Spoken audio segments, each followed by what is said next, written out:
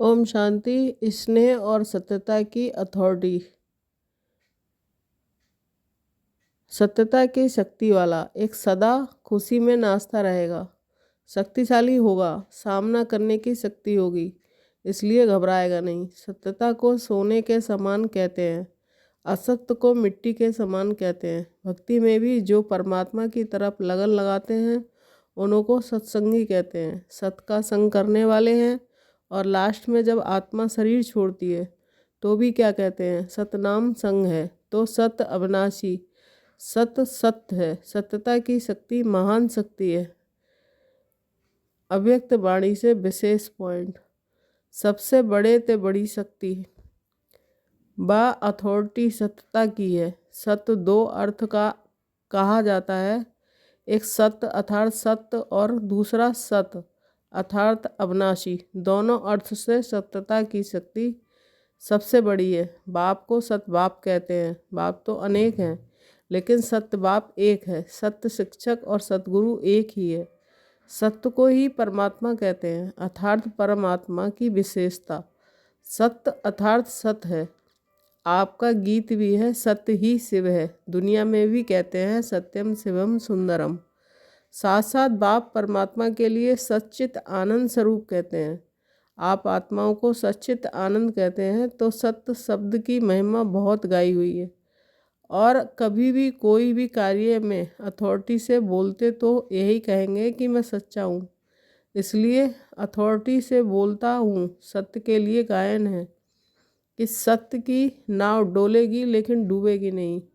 आप लोग भी कहते हैं सच तो बिट्ठो नच। सच अर्थात सत्यता की शक्ति वाला सदा नाचता रहेगा, कभी घबराएगा नहीं, उलझेगा नहीं, घबराएगा नहीं, कमज़ोर नहीं होगा। सेकंड, सत्यता की शक्ति वाला सदा खुशी में नाचता रहेगा, शक्तिशाली होगा, सामना करने की शक्ति होगी, इसलिए घबराएगा नहीं। सत्यता को सोने के समान कहते हैं, असत्य को मिट्टी के समान कहते हैं। भक्ति में भी जो परमात्मा की तरफ लगन लगाते हैं उन्हों को सत्संगी कहते हैं, सत्य का संग करने वाले। लास्ट में जब आत्मा शरीर छोड़ती है तो भी क्या कहते हैं? सतनाम संग है। तो सत्य अविनाशी, सत्य सत्य है। सत्यता की शक्ति महान शक्ति है। वर्तमान समय मेजॉरिटी लोग आप सबको देखकर क्या कहते हैं? इन्हों में सत्यता की शक्ति है, तब इतना समय वृद्धि करते हुए चल रहे हैं। सत्यता कब हिलती नहीं, अचल होती है। सत्यता वृद्धि को प्राप्त करने की विधि है। सत्यता की शक्ति के सतयुग बनाते हो, स्वयं भी सत्यनारायण सत्य लक्ष्मी बनते हो। ये सत्य ज्ञान है, सत्य बाप का ज्ञान है, इसलिए दुनिया से न्यारा और प्यारा है।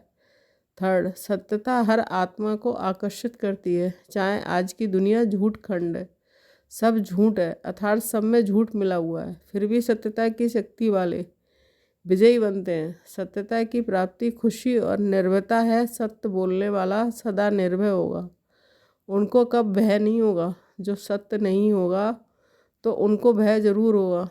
तो आप सभी सत्यता के शक्तिशाली श्रेष्ठ आत्माएं हो। सत्य ज्ञान, सत्य बाप, सत्य प्राप्ति, सत्य याद, सत्य गुण और सत्य शक्तियाँ सर्व प्राप्ति है। तो इतनी अथॉरिटी का नशा रहता है।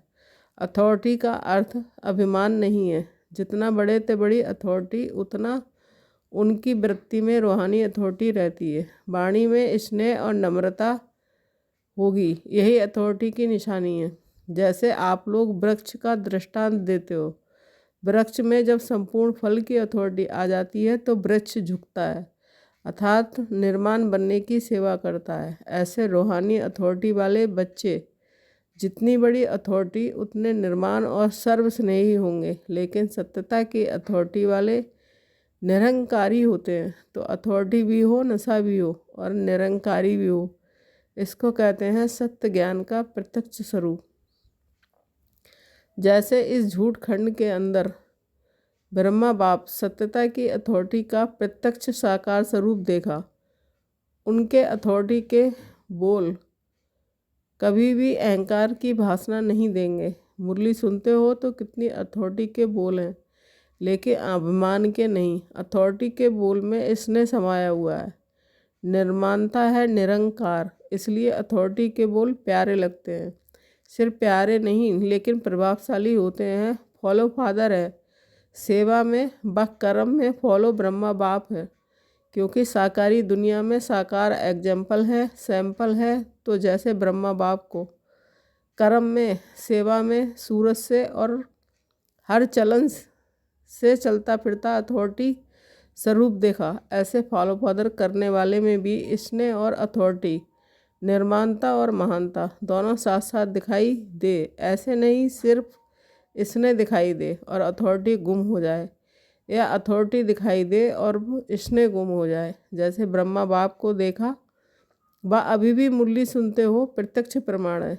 तो बच्चे बच्चे भी कहेगा लेकिन अथॉरिटी भी दिखाएगा। स्नेह के बच्चे भी कहेगा और अथॉरिटी से शिक्षा भी देगा। सत्य ज्ञान को प्रत्यक्ष भी करेंगे लेकिन बच्चे बच्चे कहते नया ज्ञान सारा स्पष्ट कर देंगे। इसको कहते हैं स्नेह और सत्यता की अथॉरिटी का बैलेंस। तो वर्तमान समय सेवा में इस बैलेंस को अंडरलाइन करो। निर्भयता की अथॉरिटी जरूर रखो। एक ही बाप का नया ज्ञान सत्य ज्ञान है और नए ज्ञान से नई दुनिया स्थापन होती है। ये अथॉरिटी और नशा स्वरूप में इमर्ज हो, लेकिन इसका अर्थ ये नहीं कि जो भी आवे उनको पहले से ही नए ज्ञान नई बातें सुनाकर कंफ्यूज कर दो। ये भाव नहीं है। धरनी, नवज और समय ये सब देख करके ज्ञान देना है, यही नॉलेजफुल की निशानी है। आत्मा की इच्छा देखो, नवज देखो, धरनी बनाओ, लेकिन अंदर सत्यता के निर्भयता की शक्ति जरूर हो। लोग क्या कहेंगे ये भय ना हो। निर्भय बन धरनी भल बनाओ।